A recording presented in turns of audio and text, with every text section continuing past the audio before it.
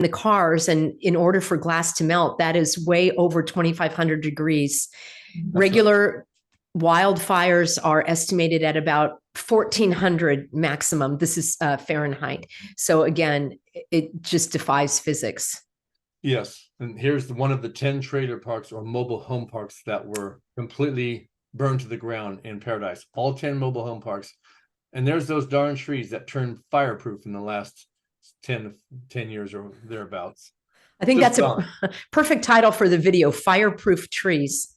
Yeah, and I've heard some people, even firemen, say, well, Ponderosa pine are really fireproof. What world are they living in? Wow. Lived.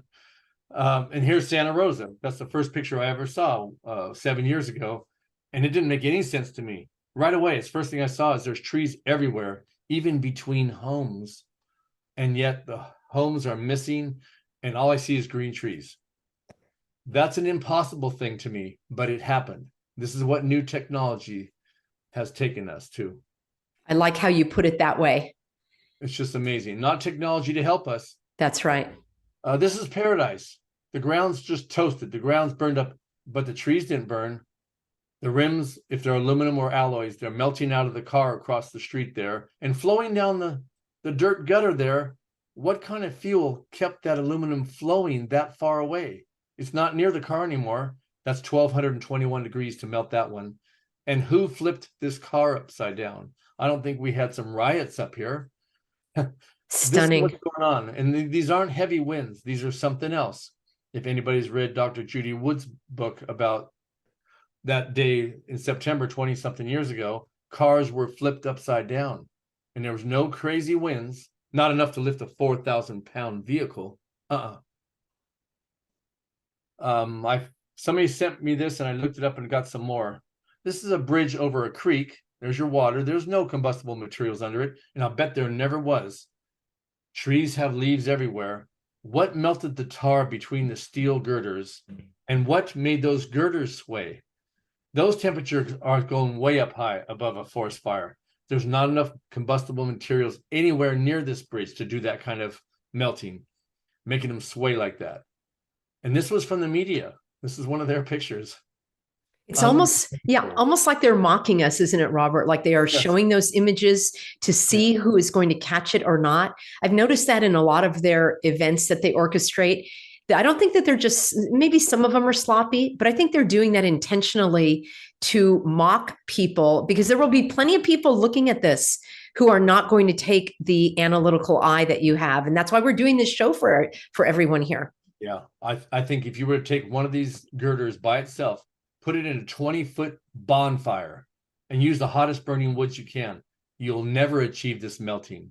No way.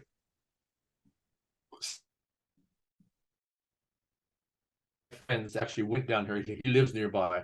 There's your sycamore in the background. Didn't burn the leaves on that. The metals are on fire, gentlemen, gentle ladies. Wow. Now, I wanted to get up to Canada. This is on the internet, easy to find. Same technology. Around here is hardly anything that could be combustible enough to get to the temperatures to melt this bridge. The metals were on fire, I'm sure of it, and it just collapsed the whole bridge. You can tell by the trees and foliage around, not much burned, maybe a little dead grass. There's no way that could ever compromise this bridge and drop it. And this is in Canada. This is Canada somewhere. I'm not sure where. And there's nothing around it that's even on fire.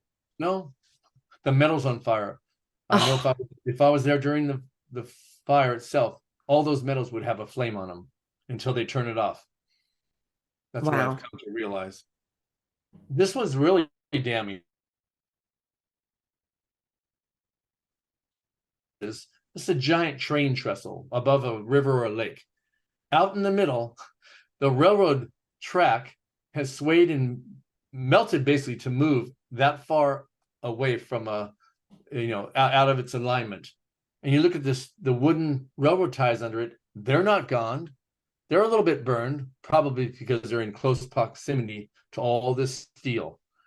Even so, that wood would not be hot enough to melt those rails and make them twist and turn and bend outwards or inward. No way. I saw that and I couldn't believe it. What kind of fire would